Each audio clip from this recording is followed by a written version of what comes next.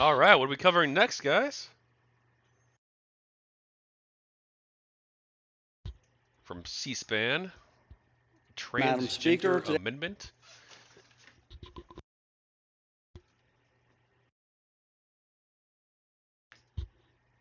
I rise in support of I know nothing about this bill, so it's my first time hearing about it. my Amendment 194. 194 is a very simple piece of legislation amendment. It would prohibit Tricare from covering sex reassignment surgeries and hormone treatment for transgender individuals. Tricare. Pretty sure that's in the military.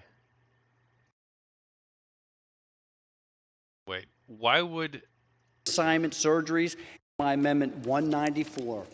194 is a very simple piece of legislation amendment. It would prohibit Tricare from covering sex reassignment surgeries and hormone treatment for transgender individuals. The most recent Why would they be targeting veterans as like the main group here? Like, why would... I mean, I get that conservatives, a lot of them don't think that the trans thing is real at all, but like, if you're going to go after any group of people, why not pick a less sympathetic group than transgender people who served in the military? numbers tell us that the Department of Defense has performed over 240 gender reassignment surgeries, costing taxpayers approximately $3.1 million. Unfortunately, that's just a small part of the cost associated with this transaction. The department has also spent over $11.5 million on psychotherapy. That's it, psychotherapy for service members with gender dysphoria. The amount of funds paid out for this psychotherapy shows that the surgery alone cannot solve the root issue for these individuals. This does nothing to help our troops continue to be the most effective fighting force on earth, and is nothing. Well, hang on. If they, I don't know enough about the psychotherapy thing to even remotely comment on this. Oh, all right. But it would seem like that if somebody serves in the military and they are legitimately transgender and they have gender dysphoria, like I want them to be able to after they get out, they want to transition. Like, yeah, sure. Like, I don't think that 240 people per year is like the biggest cost we should be concerned about in American politics. And if you serve this country and you're trans, like, yeah, sure, you're a hero. Like, just like everyone else who served, or well, maybe not a hero, but you're a human being who dedicated some portion of your life to the service of the greater community, and should be rewarded for that. I don't see why you should be targeted by weird senators. Nothing but a Or distraction representative, sorry. and a waste of valuable taxpayers' dollars. The government has no business funding these procedures on the taxpayers' dime. The question that must be asked is whether we're having trans individuals makes the United States a more lethal force, and whether it helps recruit the best and most effective talent for the United States military. And the answer to that is a clear and resounding no. A report commissioned by General Mattis found that service members with claims of gender dysphoria are 8 times more likely to attempt suicide than other service members. It also found that these individuals are 9 times more likely to have negative mental health episodes than other service members. As Thomas Spohr, a former Army Lieutenant General, put it, if those with gender dysphoria are at a much higher risk of suicide. Yeah, as for whether or not they should serve to begin with, like, I don't know. I've not seen like the research on this. But on if they're a veteran and they served, and after they get out, they're like, oh, actually, I've come to realize I'm trans. I've talked to a number of doctors about this, and like, yeah, I think that should be possibly an option. Crippling anxiety or mental breakdowns, then their peers, those serving next to them, will be reluctant to rely on them. Permitting them to serve also violates the principle of not placing individuals at greater risk of injury in harm's way. Madam Speaker, to summarize this, anything that does not contribute to making our fighting force the most effective fighting force on earth is nothing more than a distraction. And I will not ask the people of Montana or the United It's such a weird fucking framing that this guy has, Rosendale. Like, what? It makes our fighting force less effective if after they serve in the military and they're veterans and they're on Tricare that they get treatment options as a transgender person. Like, what? how is how is this even remotely related? States to pay for it. I reserve. The gentleman reserves. For what purpose does the gentlewoman from California seek recognition? I claim the time in opposition to the amendment and ask to yield myself as much time as I may consume. The gentlewoman has 5 minutes. I rise in opposition to this amendment. Trans service members have served and served successfully for years. In fact, trans people are even more likely to serve in the U.S. military than cisgender people. So it's mind-boggling that we would want to deter and discriminate against a group of people who have proven their patriotism and deep commitment to our country. All of us are well aware that we're facing steep military recruitment and retention challenges. This amendment will worsen this crisis by pushing transgender service members out of the military. And that's because gender-affirming care is necessary and medically backed. Care that gives you the ability to be your true, authentic self is primary care, and it's not something that should be easily dismissed. If our service members constantly worry about their right to exist, their ability to serve our country is jeopardized, and it harms our readiness and ability to respond quickly and effectively to national security challenges. I'm not alone in this. Secretary Austin agrees that allowing people to serve as their authentic selves is the right and the smart thing to do for our military operations. That's why I urge my colleagues to do the right thing for our values and our readiness and oppose this harmful amendment, and I reserve the balance of my time. The gentlewoman reserves. For what purpose does the gentleman from Montana is recognized. Well, I'm sort of reminded of like don't ask, don't tell. Like if they're going to be serving, like you obviously can't kick them all out because you're not going to know who they are because they're just not going to tell you that they're trans. If or that they have gender dysphoria, they're just going to hide it from the doctors and not talk about it. Thank you, Madam Speaker. Let me reiterate these numbers again. If these individuals are 8 times more likely to attempt suicide, 8 times more likely to attempt suicide, and 9 times more likely to have negative mental health episodes than other service members. The United States military veterans are experiencing 21 suicides a day, and we are doing everything in the Veterans Affairs Committee to reduce that number. Why in the world are we considering bringing individuals in that are going to increase that number? If these individuals... Obviously, they're not analogous, but like if it were the case that African Americans committed suicide at like 3 times the rates of white people, I wonder if he'd make the same argument. Are that troubled on an ordinary day without the pressures of war, why would we risk our nation's security on them in wartime? It just simply does not make sense. Allowing this radical trans... Well, hang on a second. He's talking about the broader societal numbers for trans suicide. He's not even talking about trans service member suicide rates. Like, you'd think that that's what he... Is there not a study on that?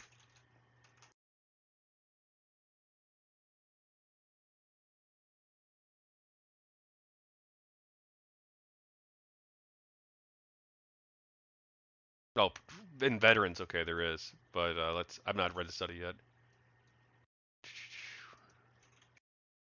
I'm so gonna get killed in this spot. Transgender adults serve in the U.S. military at 2 to 3 times the rate of the general adult population. Unfortunately, transgender veterans die by suicide at twice the rate of their cisgender veteran peers, and approximately 5.85 times the rate of the general population. Okay.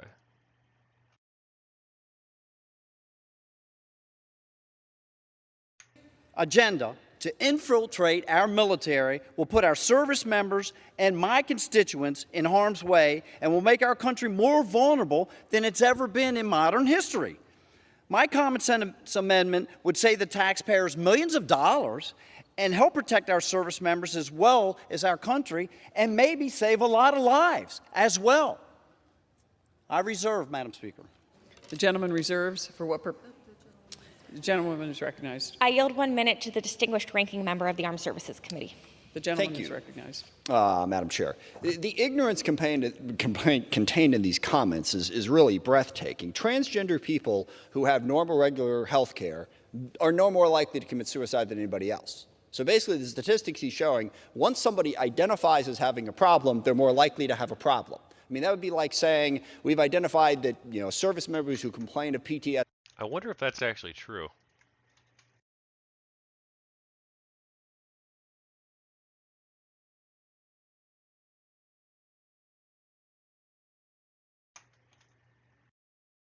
I mean, I assume it does, because I've heard that it does it, but I've never actually seen the studies on it.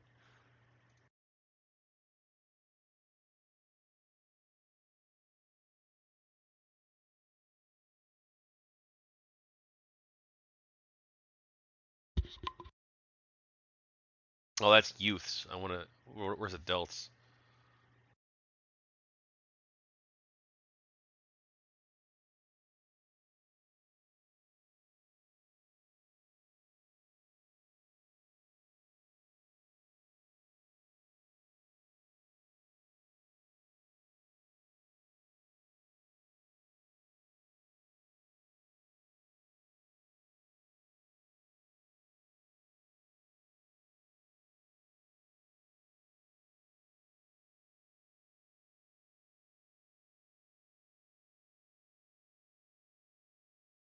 Okay, that's basically the same. Is everything just citing this one study?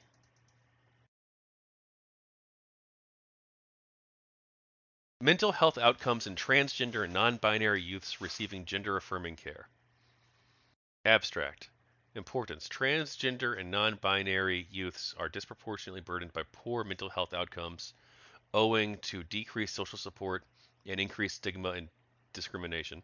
Although gender-affirming care is associated with decreased long-term adverse mental health outcomes among these youths, less is known about its association with mental health immediately after initiation of care. Okay. Objective: to investigate changes in mental health over the first year of receiving gender-affirming care and whether initiation of puberty blockers and gender-affirming hormones was associated with changes in depression, anxiety, and suicidality.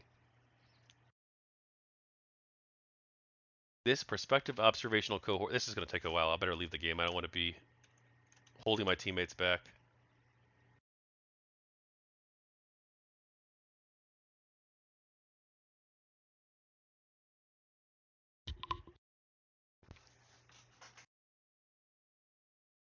This prospective observational cohort study was conducted at an urban multidisciplinary gender clinic among T and B adolescents and young adults seeking gender-affirming care from August 2017 to June 2018. Data analyzed from August 2020 through November 2021. Time since enrollment and receipt of PBs and puberty blockers and what is GAH? Gender-affirming hormones. Okay. Main outcomes and measures. Mental health outcomes of interest were associated via the Patient Health Questionnaire 9-item and General Anxiety Disorder 7-item scales, which were dichotomized into measures of moderate or severe depression and anxiety. Scores 10 or higher, respectively. Any self-report of self-reported. This is not great. Any self-report to self-harm or suicidal thoughts over the previous 2 weeks was assessed using PHQ-9, question 9. Generalized estimating equations were used to assess change from baseline in each outcome at 3, 6, and 12 months of follow-up. Bivariate and multivariate logistic models were estimated to examine temporal trends and investigate associations between receipt of puberty blockers and gender-affirming hormones and each outcome. Results. Among 104 youths aged 13 to 20, mean age is 15.8, who participated in the study, there were 63 trans masculine individuals, 27 trans feminine individuals, and 10 non binary or gender fluid individuals, and 4 youths who responded, I don't know, or did not respond to their gender identity question. At baseline, 59 individuals had moderate to severe depression, 52 individuals had moderate to severe anxiety, and 45 individuals reported self-harm or suicidal thoughts. By the end of the study, 69 youths had received puberty blockers, gender-affirming hormones, or both interventions, while 35 had not received either intervention. After adjusting for temporal trends and potential confounders, we observed 60% lower odds of depression and 73% lower odds of suicidality among youths who had initiated puberty blockers or gender-affirming hormones with youths who had not received it. There was no association between puberty blockers and gender-affirming hormones and anxiety. Conclusion. The study found that gender-affirming medical interventions were associated with lower odds of depression and suicidality over 12 months. These data add to existing evidence suggesting that gender-affirming care may be associated with improved well-being among T and B youths over a short period, which is important given mental health disparities experienced by this population, particularly the high levels of self-harm and suicide. Conflict of interest statement. Conflict of interest disclosed. Diana Tordoff reported receiving grants from the National Institutes of Health, National Institute of Allergy and Infectious Disease, unrelated to present work and outside the submitted work. No other disclosures were reported. Okay, so this one study though is not great. It only looks at a 12-month period, and it only looks at self-reported data. That's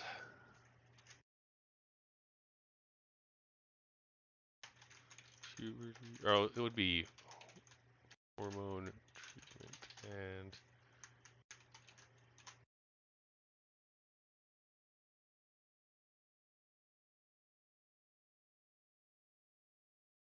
treatment and suicidality. Well, of course, it would come up with that first.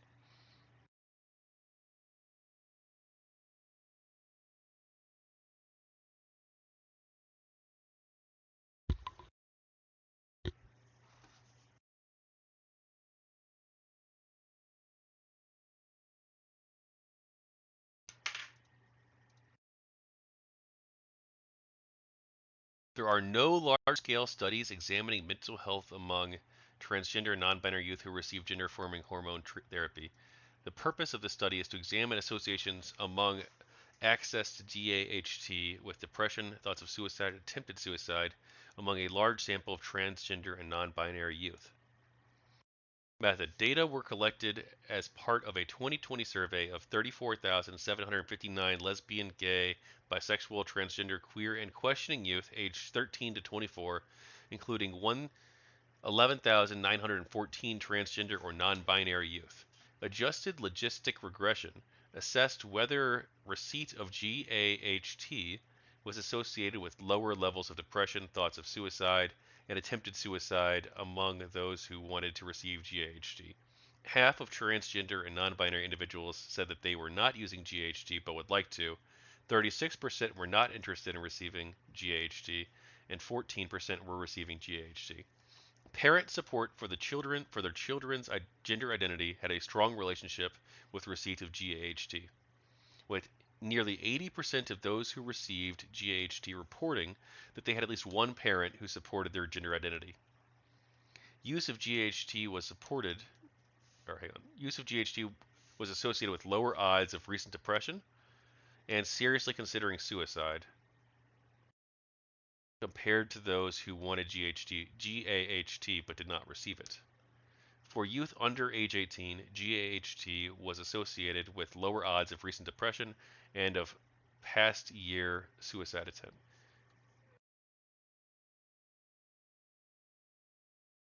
Oh wow, this is. Data were from an online non-probability sample collected between October and December 2022 or 2020 of 34,750. That's during the pandemic too. That's not damn.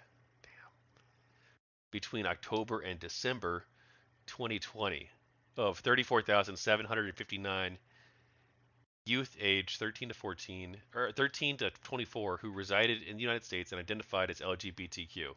Youth were recruited via targeted ads on Facebook, Instagram, and Snapchat. Oh my God. Why is it so hard to find good data on this stuff? Though I don't think it exists yet. I think that we have no fucking clue. I think that we don't have long-term data yet. Those who reported residing outside of the United States, having an age below 13 or above 24, or being both heterosexual and cisgender were excluded from the sample. To approach a more representative sample, targeted recruitment was conducted to ensure adequate sample sizes with respect to geography and race/ethnicity. Qualified respondents completed a secure online questionnaire that included a maximum of 142 questions.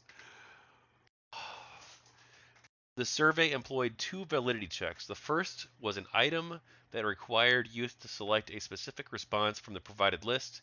The second validity check screened for youth who responded inconsistently to the same item placed at two separate points in the survey. Each question related to mental health and suicidality was preceded by a message stating, if at any point you need to talk to someone about your mental health or thoughts of suicide, please call the Trevor Project at 1-866. Youth were able to select decline to answer for any questions in the survey they did not want to answer. Respondents were eligible to be entered into a drawing for one of 100 gift cards worth $50 each by providing their email addresses after being routed to a separate survey. The research proposal was reviewed and approved by the Independent Institutional Review Board, Solutions IRB. Youth participation was voluntary and informed consent was maintained. We obtained a waiver of parental consent for youth aged 13 to 17, as the research posed a minimal risk and could have presented potential harm for youth who were not out to their parents about their LGBTQ identity. No names or personal details were included to ensure confidentiality and privacy. Oh my God, this is not good data, and neither was the last one. We have nothing on this. Nothing long-term and very little high-quality data. Youth who indicated they were transgender or non-binary were asked, are you currently taking gender-affirming hormones?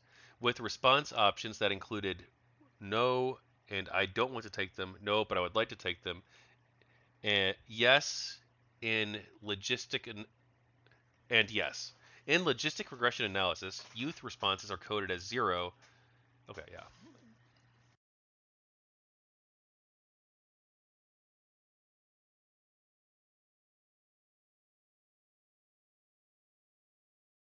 The majority of youth were non-binary.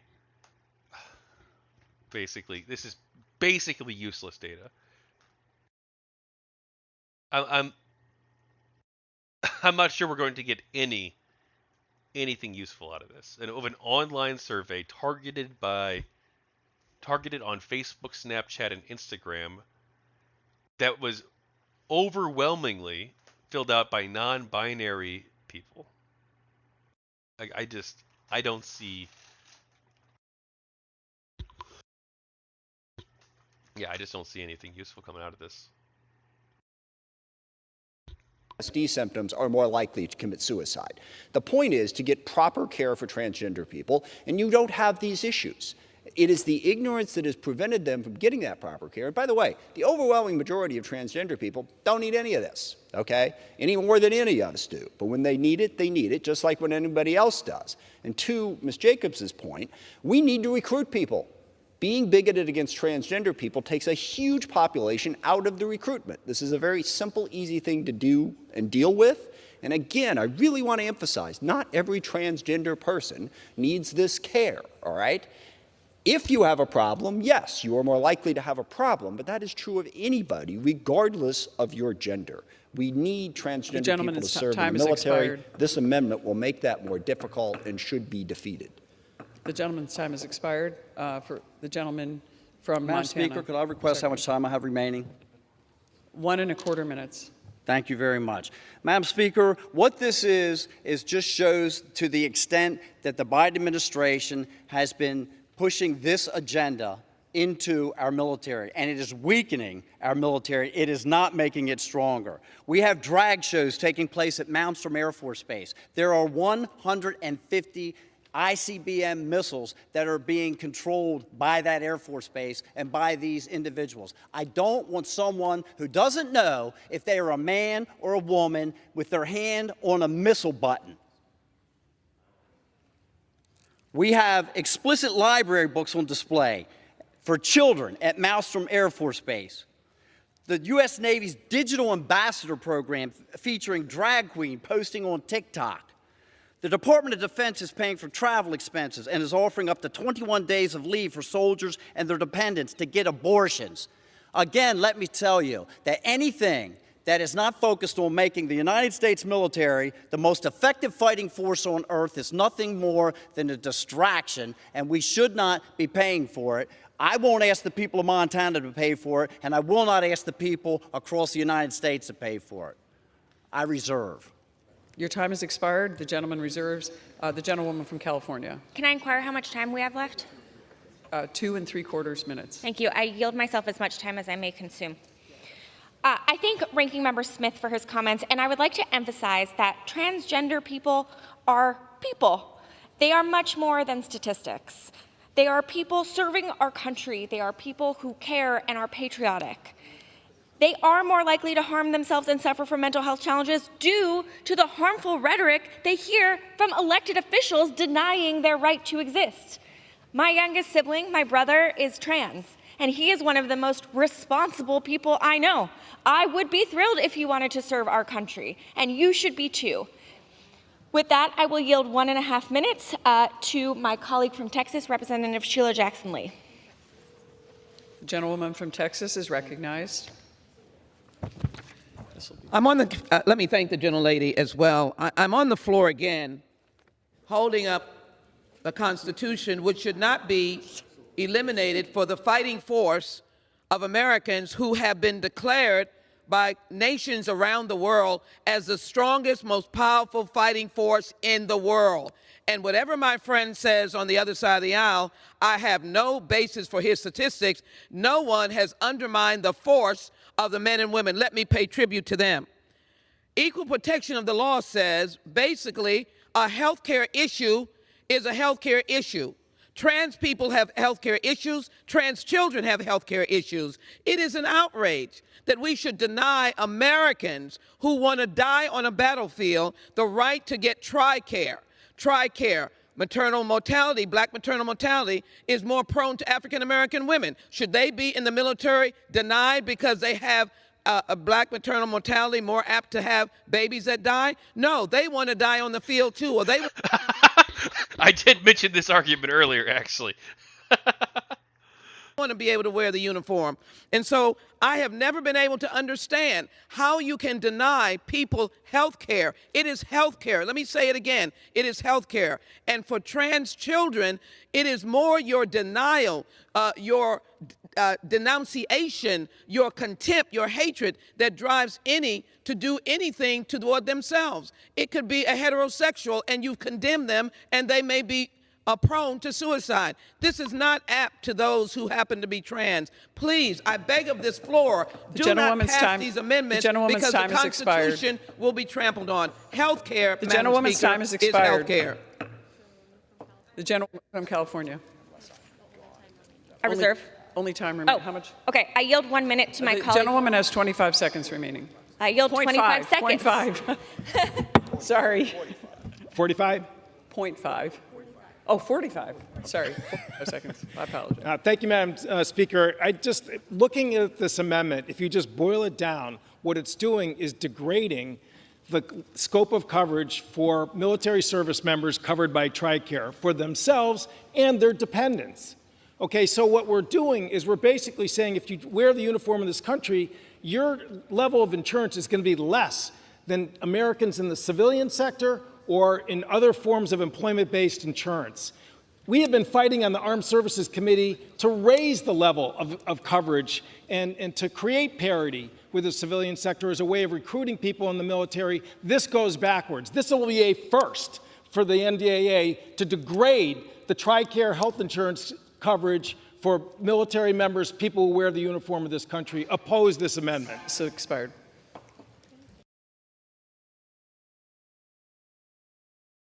All right.